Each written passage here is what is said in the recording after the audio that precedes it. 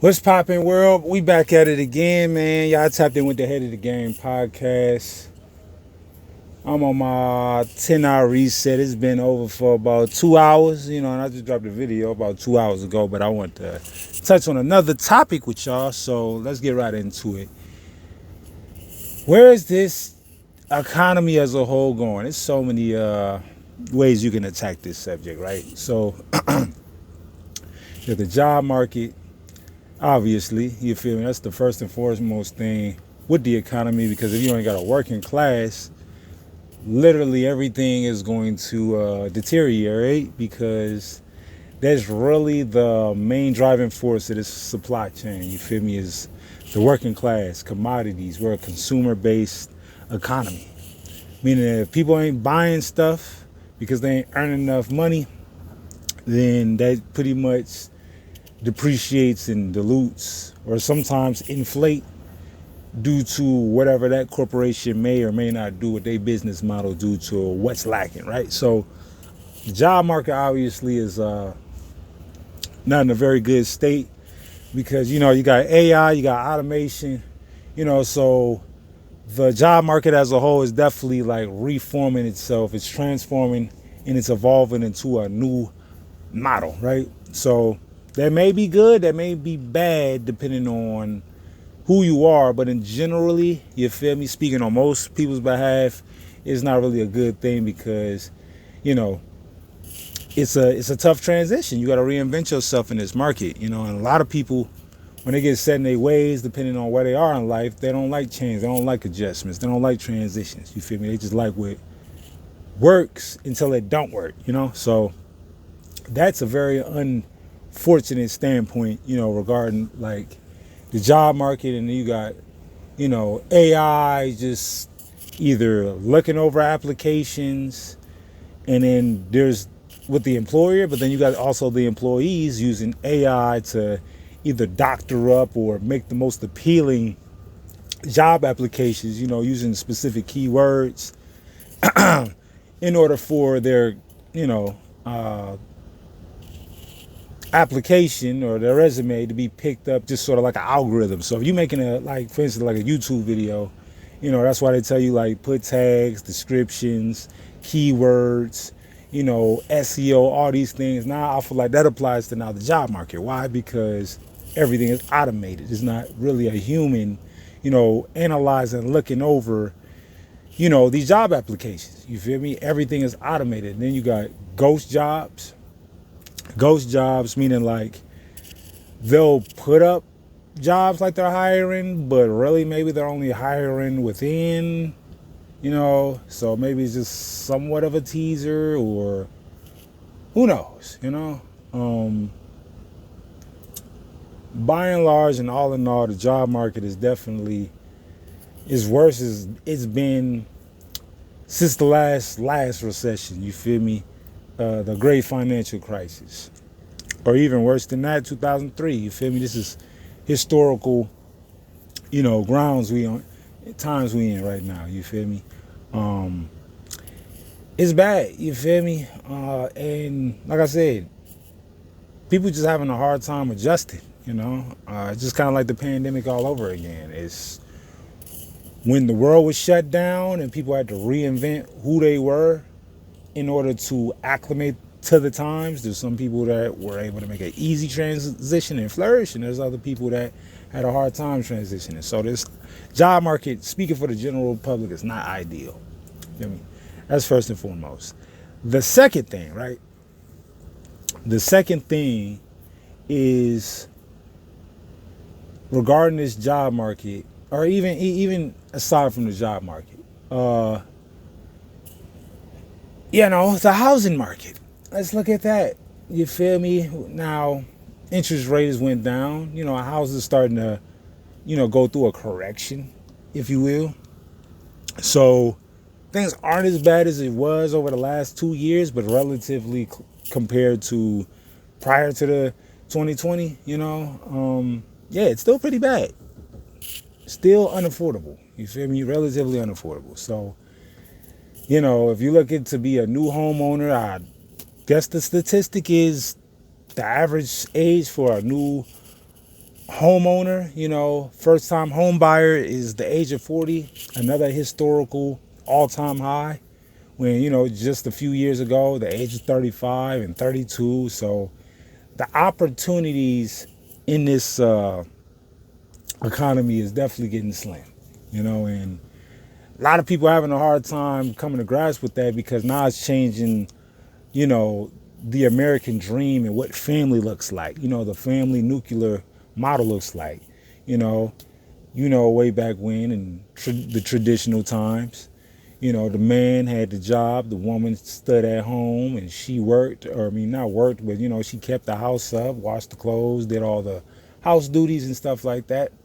Now, how we look at family is a total different culture transition where now two incomes is required in order to sustain a comfortable living, and it's a transition. It's a transition of the times, and I know people trying to grasp on to the past, but here we are, and we gotta adjust. We gotta adjust with that. So that's very unfortunate with the housing market, because if you ain't got your credit right, you got debt, you're playing catch up.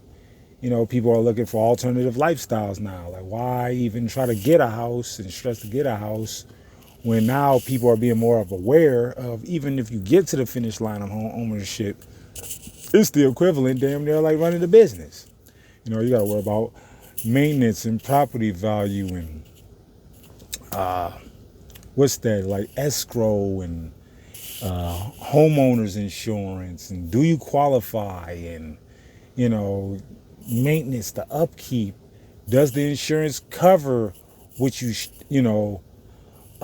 the kind of incident that's in your house? Did you do an inspection thoroughly to where it's meeting up to the regulations of the state? In order to, even if you want to sell the house, is it even qualified, or did somebody, wasn't being transparent with you? So home ownership is a shiesty game at this point. Even if you can afford a house, it still comes with its own slew of problems, right? So people are becoming more aware. They're waking up, and that's another thing about this economy, is that the housing market is definitely not as an attractive thing as it would have used to be, just because people are more aware of what is and what isn't, right? So let's look at investments. Now if you in the S&P 500, you feel me, and the NASDAQ and the Dow, you feel me? If you're looking from a historical standpoint, oh yeah, you sitting pretty, because relative to the times, you're way more up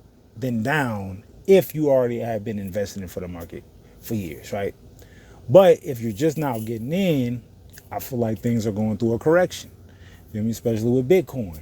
Bitcoin, is hovering. My opinion, I feel like Bitcoin's the future. It's going to shoot back up.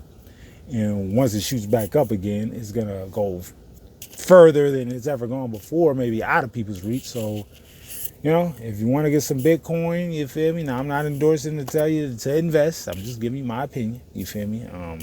Bitcoin go to zero. So I don't have any Bitcoin. I don't own any Bitcoin. I don't own any investments. So I'm just a person spectating from afar, right? But just with my opinion being said, yeah, invest in, though historically they tell you that the stock market is generally the best wealth builder, aside from home ownership and being an asset class, at this time, is it gonna be a stock crash? Just because of the volatility of all this AI and people having to reinvent themselves or how they acclimate themselves to this society. It's unquestionable times. You feel me? It's unquestionable times, and I'll just say that, back to the previous standpoint of having a job. Like, if you got a job, and it may not be ideal, you know how it works, you're probably better off staying where you at, unless you're transitioning into a career field where it got a lot of stability, right? A lot of stability, and the market is evergreen. You feel me? So with that being said, that's my best advice on that. Now, when you go into the higher economics, you feel me? When you got like tariffs and starting a business and, things of that sort. Understanding the supply chain, supply and demand, like those kind of things. Starting a business is even tougher than ever because due to maybe some of the tariffs and the inflation that's already been there already, sitting up there trying to buy commodities out of wholesale and then trying to distribute it like you're a retailer, you feel me, may be more difficult than ever because things are more expensive than ever. And people make less money relative to that expense more than ever. So there's a discrepancy far as starting a business and being successful, where in the past, if you started a business, not to say that it was gonna be guaranteed a success, but your margin of victory, was a lot closer, due to things being more, ideal, right? So starting a business is tough. They say the statistics also say that 80% of businesses fail within the first 5 years. And who knows? The number might go up even higher due to these economic climate that we're in right now, and people finding a hard time just staying afloat due to if they get priced out the market.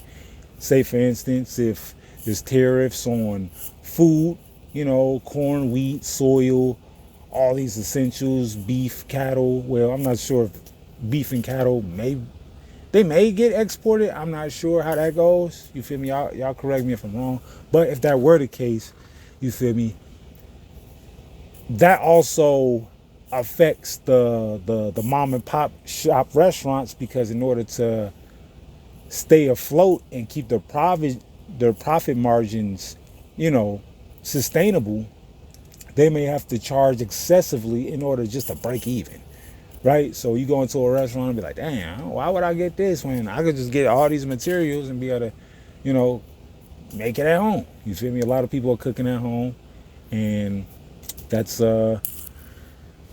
another thing, you feel me? As far as starting a business, it's just like now you have to assess what's tangible. And relatively, if you go and start a business, you never look at, well, you don't want to be delusional, but you gotta be a little bit delusional because the odds are stacked against you. I already told you 80%.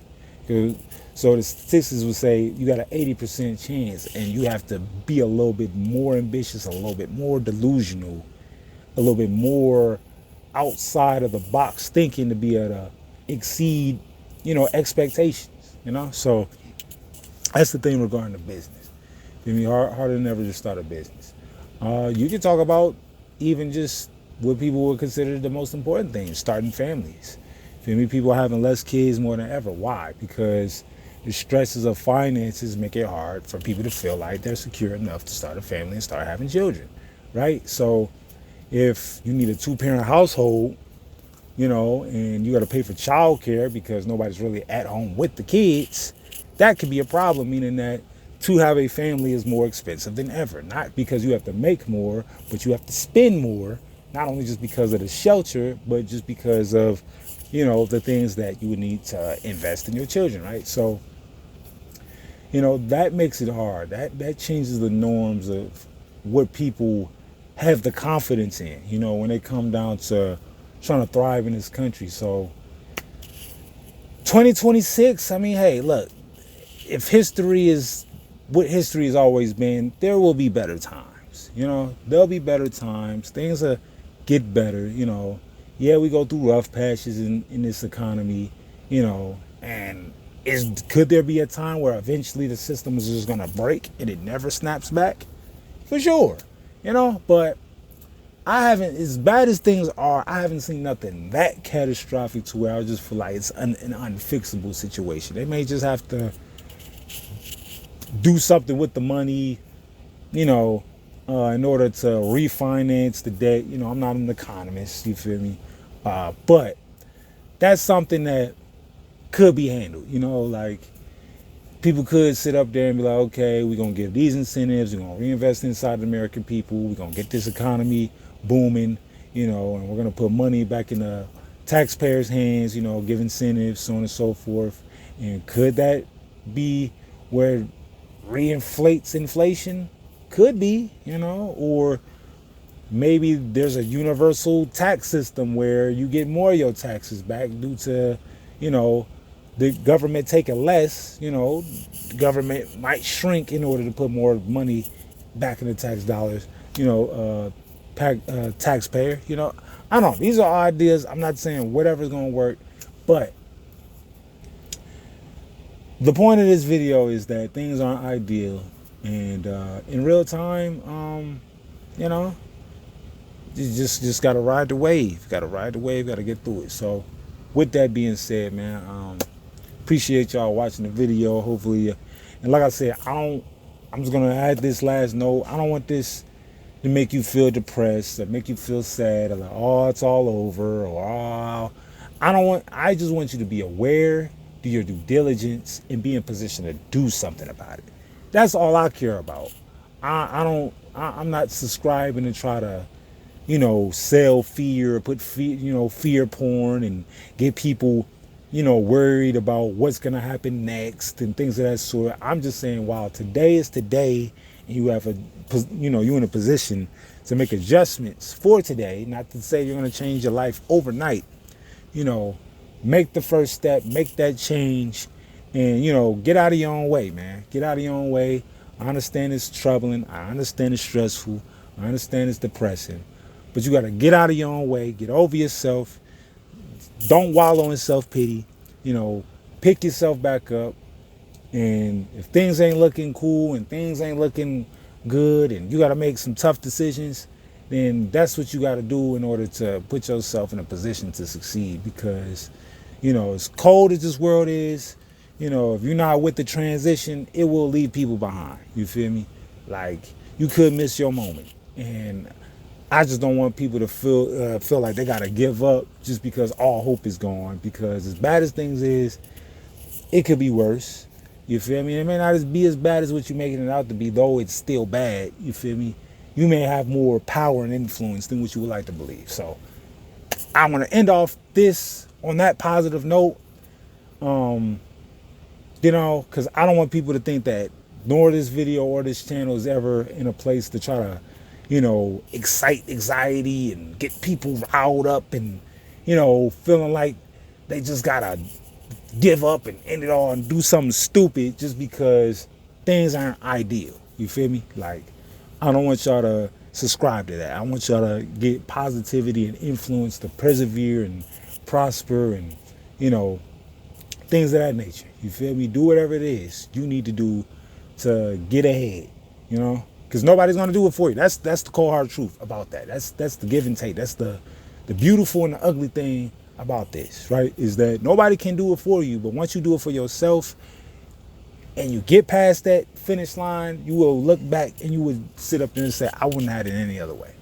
You feel me? I wouldn't have had it any other way because now I got the confidence, to know that if I could go through this situation once, I possibly could go through it again and possibly persevere again. So with that being said, thanks for watching, y'all. Got any thoughts below? Drop them. You feel me? I really appreciate that. Outside of that, y'all have a good day, a good year, and I'm up out of here.